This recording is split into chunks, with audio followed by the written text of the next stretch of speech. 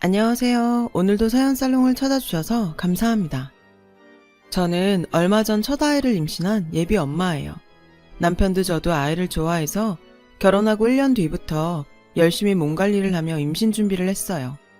그런 노력에도 불구하고 연이어 3번이나 실패를 해서 속상했었는데 드디어 임신이 되었지 뭐예요. 남편은 절대 안정이 필요하다며 육아휴직을 신청하라고 했어요. 말이 쉽지 직장생활 하면서 구미에 맞게 육아휴직 쓰는 게 어디 쉽나요? 덜컥 휴직 신청했다가 그대로 경력 단절이 되어버릴 수도 있으니까요. 하지만 저는 그럴 걱정은 없었어요. 저희 회사가 직원 복지에 아낌없는 지원을 해주기도 하고 사장님이 제 시아버님이기 때문이죠. 그렇다고 저만 특별 대우를 받는 건 아니에요. 아버님께서는 저뿐 아니라 아이를 키우거나 임신 중인 직원들에게 똑같은 복지를 제공하고 계시거든요. 그래서 다른 회사들처럼 눈치 안 보고 육아휴직을 쓸 수 있어요. 회사 사람들 중에는 제가 사장님 며느리라는 걸 모르는 사람이 없어요. 제 결혼식에 참석했던 회사 동료들이 식장에서 저희 시아버님을 봐버린 탓이었죠. 처음에는 이게 부담스러워서 이직을 할까 고민을 많이 했어요. 아무래도 동료들이 저를 예전처럼 대하기 힘들 테니까요. 그렇다고 쉽게 그만둘 수도 없었어요. 이 회사는 제가 대학을 졸업하고 처음 가진 직장이었고 제 사회생활이 시작된 곳이니까요. 병아리 신입사원 때부터 울고 웃으면서 일 배우고 보람을 느낀 회사거든요. 그런 제 마음을 아셨는지 아버님께서는 제가 원하는 대로 하라고 하셨고 저는 끝내 계속 일을 하겠다고 했어요. 다음날 아버님은 전 직원에게 편지를 담은 초콜릿을 돌리셨어요. 편지에는 다음과 같은 내용이 담겨 있었어요. 당신은 지금껏 직원들을 가족처럼 생각했기에 제가 직원에서 며느리가 되었다고 해도 이전과 달라진 것은 없다고요. 그러니 전처럼 동료로서 칭찬과 질책을 통해 동료애를 나눠달라고요. 아버님의 그런 정성 덕분에 저는 오히려 동료들과의 관계도 돈독해졌고 지금까지 직장 생활을 잘 해왔어요. 그러다 임신을 하게 되어서 지금은 잠시 휴직을 하게 되었어요. 아버님께서는 첫 손주를 보실 생각에 저보다 더 들뜨셔서 벌써부터 아기용품을 사서 보내고 계세요. 저를 늘 딸처럼 보살펴주시는 아버님은 네가 복덩이라 복덩이 아기를 가진 것 같아시며 늘 제 건강도 염려하세요. 그런 아버님의 모습을 보면 마음 한켠이 짠하고 감사할 뿐이죠. 아버님은 저를 처음 보셨을 때부터 저를 예뻐해 주셨어요. 게다가 저희 가족과의 특별한 인연을 알게 되신 후로는 친딸처럼 저를 아끼고 살펴주고 계세요. 저는 외동딸로 태어나서 부모님 사랑을 듬뿍 받고 자랐어요. 일상적인 소소한 행복을 누리고 살던 우리 가족은 아빠가 다니던 회사에 부도가 나면서 모든 게 변해버렸어요. 아빠 회사 사장님이 무리하게 사업을 확장하려다 투자 사기를 당했어요. 그로 인해 회사는 한순간에 무너져버리고 말았고 아빠를 비롯한 직원들은 하루아침에 실업자가 되었죠. 당장 월급은 물론 퇴직금도 한 푼 못 받고 회사를 나오게 된 아빠는 밤마다 가족들 몰래 많이 우셨어요. 평소 잘 드시지도 못하는 술까지 드시며 시리에 빠져 있었죠. 엄마는 아빠의 건강을 걱정하셨고요. 한동안 자포자기한 상태로 지내던 아빠는 어린 저를 위해서라도 주저앉을 수 없다시며 여러 곳에 이력서를 넣으며 구직 활동을 하셨어요. 하지만 그런 노력에도 불구하고 아빠는 일자리를 얻지 못했어요. 결국 엄마는 생활비를 벌기 위해 식당 일을 시작하셨고 우리는 방 한 칸짜리 반지하로 이사를 하게 되었어요. 반지하로 들어가던 날 그제야 정말 우리 집이 가난해졌다는 걸 실감할 수 있었어요. 눈물이 날 것 같았지만 부모님이 마음 아파하실까봐 애써 참아야 했죠. 상에 올라오는 반찬 가짓수도 급격히 줄었고 엄마는 늘 가계부를 쓰시며 한숨을 지으셨어요. 아빠는 일자리를 구하는 동시에 일용직 노동을 시작하셨어요. 구직만 바라보며 손가락 빨고 살 수는 없었으니까요. 특별한 기술이 없었던 아빠는 새벽부터 공사장에서 벽돌을 나르며 막노동을 하셨어요. 저녁이 돼서야 집에 돌아온 아빠는 늘 먼지투성이었어요. 저는 그런 아빠가 안쓰러워서 아빠한테 달려가 어깨를 주물러드리곤 했어요. 제가 해드릴 수 있는 건 그것뿐이니까요. 엄마가 식당 일로 벌어오는 월급과 아빠의 일당으로 우리 가족은 하루하루 연명하다시피 생활을 했어요. 시간이 지나도 아빠는 취직이 안 됐고 결국 반노숙자 생활을 하게 되셨죠. 그 사실을 알게 된 건 어느 늦은 밤이었어요. 잠결에 엄마와 아빠가 심하게 다투는 걸 들었거든요. 당신 미쳤어? 집 놔두고 왜 노숙을 해? 멀쩡한 집 놔두고 왜 길에서 자냐고. 엄마가 울면서 소리치더라고요. 저는 도대체 무슨 일인가 했죠. 그래서 자는 척하며 귀를 쫑긋 세웠어요. 아빠가 요새 며칠씩 집에 안 들어오신 건 알고 있었어요. 엄마와 저는 그게 단지 공사장 일이 바쁘셔서 직원 숙소에서 주무시는 걸로 알고 있었거든요. 그런데 그게 아니었나 봐요. 엄마가 식당 일을 마치고 퇴근하다가 우연히 노숙자들 틈에서 쪽잠을 자고 있는 아빠를 발견한 거였죠. 그 길로 엄마는 아빠를 끌고 집으로 왔고 야밤에 부부싸움이 시작된 거였어요. 엄마는 급기야 울음을 터뜨리셨어요.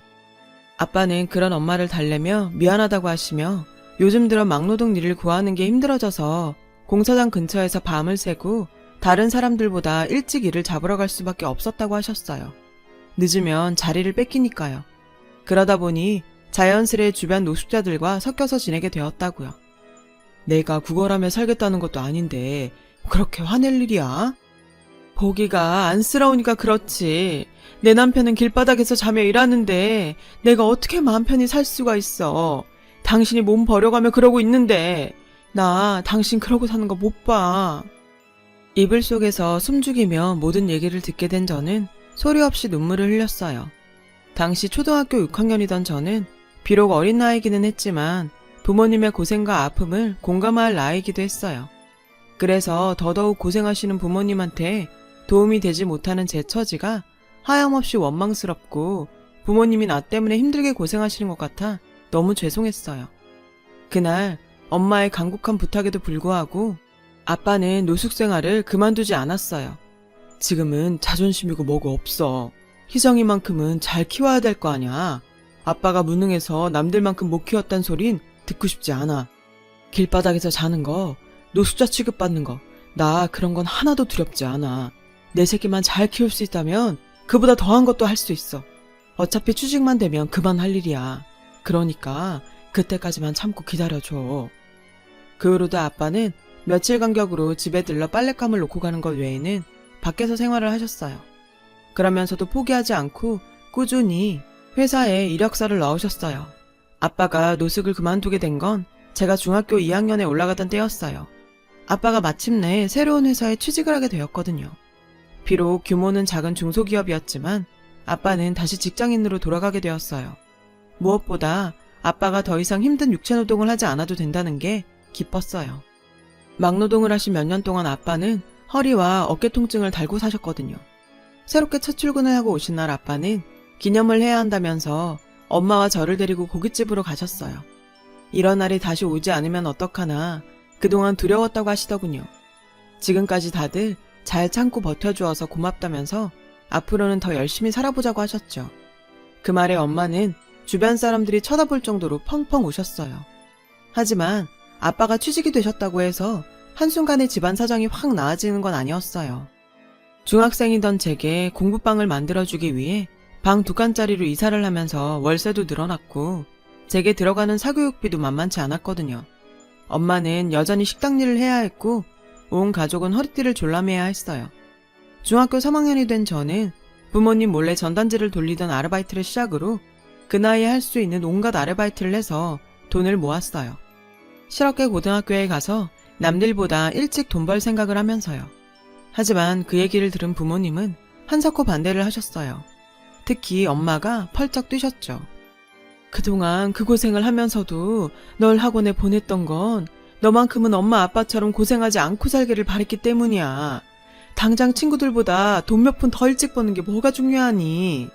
10년, 20년 뒤에 내 인생을 생각해. 뭐가 더 너를 위한 건지 생각해 보라고. 그러니까 쓸데없는 생각하지 말고 넌 공부해서 대학 갈 생각이나 해. 저는 아무 말도 하지 못하고 부모님 뜻에 따라 인문계 고등학교에 진학을 했어요. 제가 고등학교에 가고 난 뒤 아빠가 많이 아프기 시작하셨어요. 몇 년 동안 길에서 노숙을 하고 쉼없이 막노동을 하면서 몸을 혹사한 탓에 그 후유증이 나타나기 시작한 거죠. 처음에는 어깨나 허리에 단순한 근육통이 있는 정도로 알았는데 내부 장기에 문제가 있는 거였더라고요. 병원에 가서 건강검진을 받아보니 신장과 간에 문제가 있다고 하더군요. 그런데도 아빠는 고집을 부리며 치료도 거부하고 계속 일을 하셨어요. 치료는 제 대학 등록금은 마련한 다음에 받아도 늦지 않는다면서요.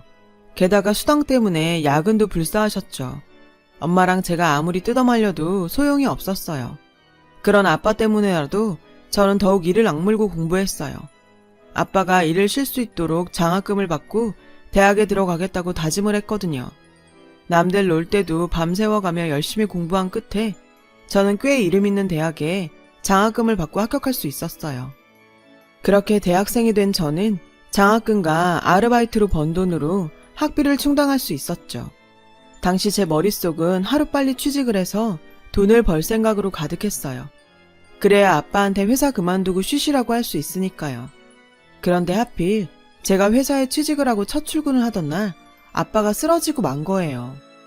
첫 출근이라 잔뜩 긴장한 상태로 사수의 지시에 따라 업무 파악에 나섰는데 하필 그때 엄마한테 전화가 왔더라고요. 엄마는 아빠가 쓰러지셨다며 울먹이셨어요. 저는 곧장 병원으로 달려갔어요. 머릿속이 온통 하얗게 돼버린 채로요.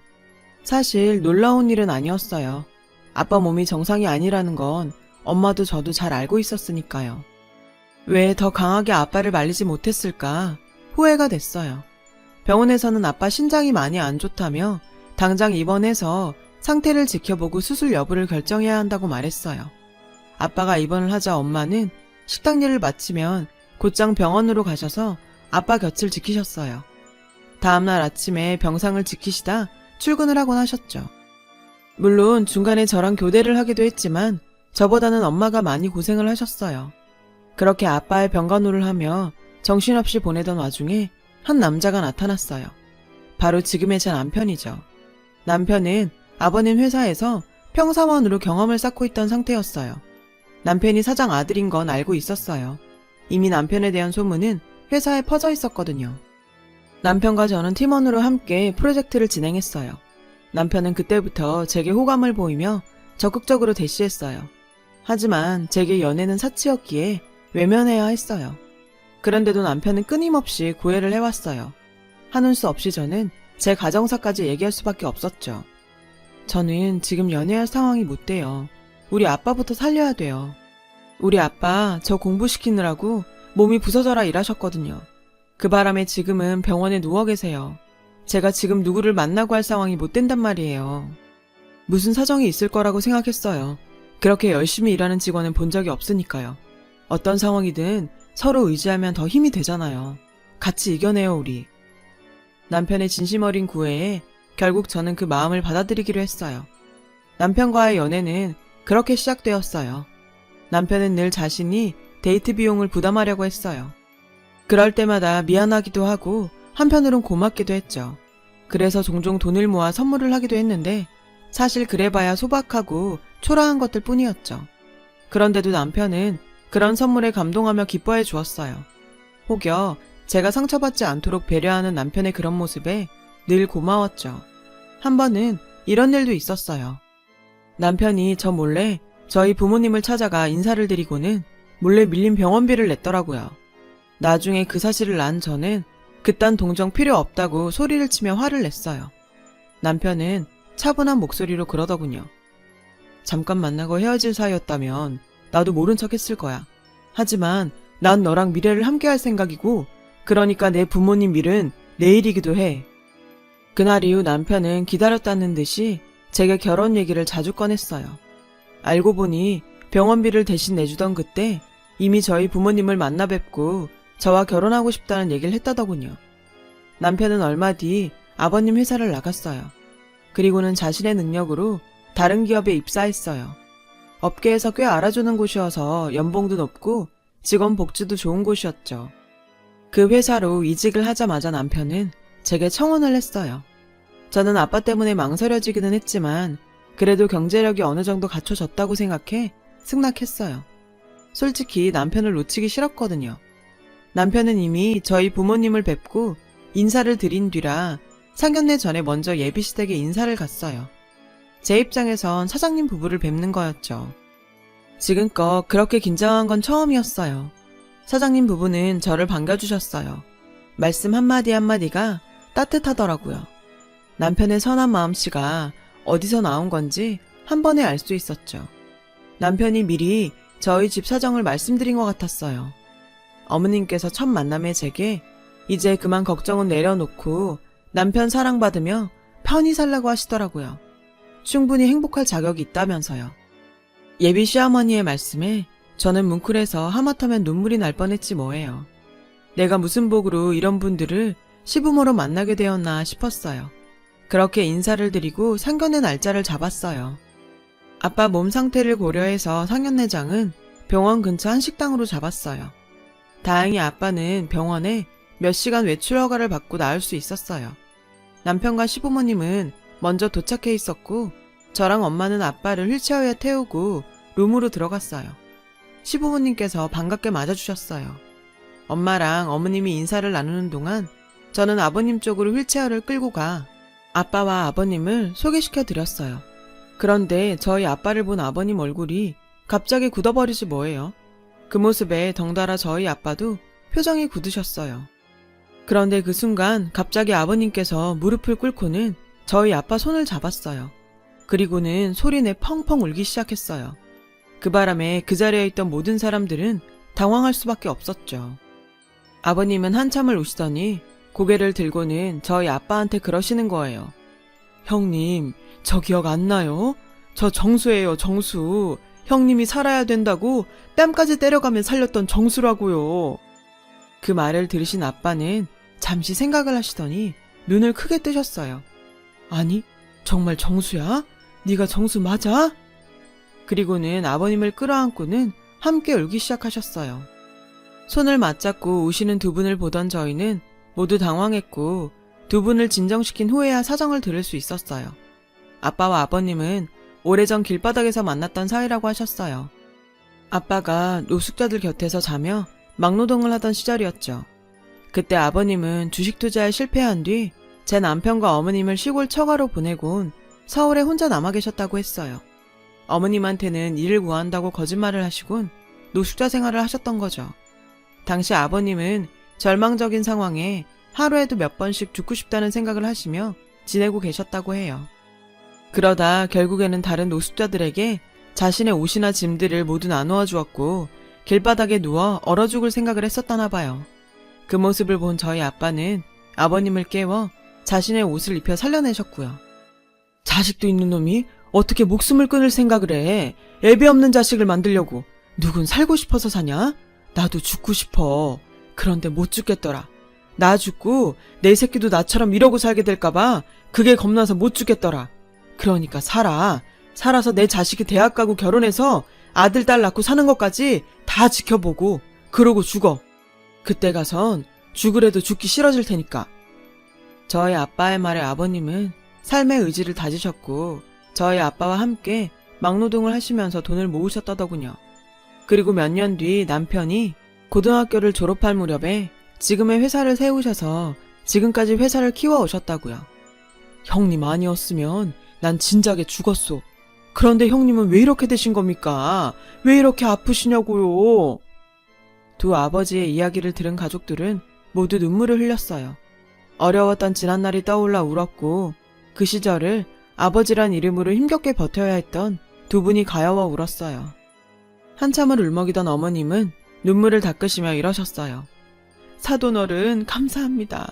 하마터면 우리 애 저 혼자 키울 뻔한 걸 사돈께서 막아주셨네요.